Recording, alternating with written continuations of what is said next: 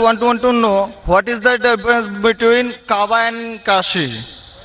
Will you explain me as your kind? بھائی صاحب نے سوال کیا ہے کہ کعبہ اور کاشی میں فرق کیا ہے. کعبہ اور کاشی میں فرق کیا ہے؟ کعبہ قرآن مجید میں اللہ سبحانہ و تعالیٰ فرماتے سورہ ال عمران میں سورہ نمبر 3 کہ کعبہ اللہ سبحانہ و تعالیٰ کا سب سے پہلا گھر جسے کہا گیا مکہ، اور اللہ تعالیٰ فرماتے سورہ بقرہ میں سورہ نمبر 2 آیت نمبر 144 میں کہ آپ جدھر بھی ہو کعبہ کی طرف منہ کرو، مسجد حرم کی طرف منہ کرو اور آپ نماز پڑھو. تو کعبہ ہمارے مسلمان کے لیے قبلہ ہے، ایک دشا ہے جس کی طرف ہم دیکھ کے اللہ سبحانہ تعالیٰ کی عبادت کرتے ہیں، اور اس کا ذکر قرآن مجید میں ہے. کعبہ ہمارے لیے قبلہ ہے. کوئی بھی مسلمان کعبہ کو نہیں پوچھتا ہے، لیکن کعبہ قبلہ ہے، دشا ہے یکسانیت کے لیے. ہم کعبہ کی طرف منہ کر کے اللہ سبحانہ تعالیٰ کی عبادت کرتے ہیں.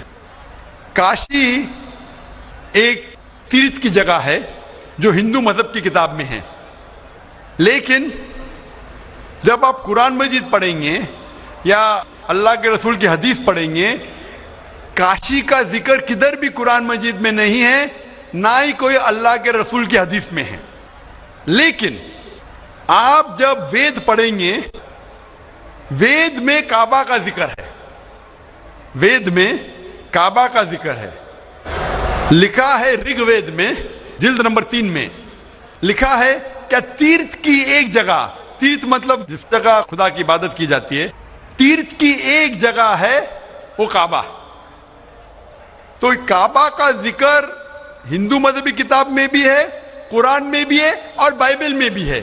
بائبل میں لکھا ہے بک آف سامز میں chapter number 84 verse number 2 to 6 میں لکھا ہے blessed are those people who visit the valley of Bakka. تو بائبل میں بھی کعبہ کا ذکر ہے، ہندو مذہبی کتاب میں بھی کعبہ کا ذکر ہے، اور قرآن میں اسلام کی مذہبی کتاب میں بھی ذکر ہے.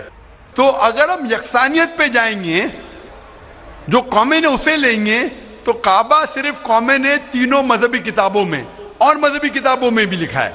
تو جب آپ لیں گے تعالوا الی کلمۃ سواء بین بینکم، آؤ ہم اس بات کی طرف جو آپ اور ہم میں یکساں ہے، تو کعبہ میں یکسانیت ملتی ہے لیکن کاشی میں نہیں. کاشی کا ذکر صرف ہندو مذہبی کتاب میں ہے.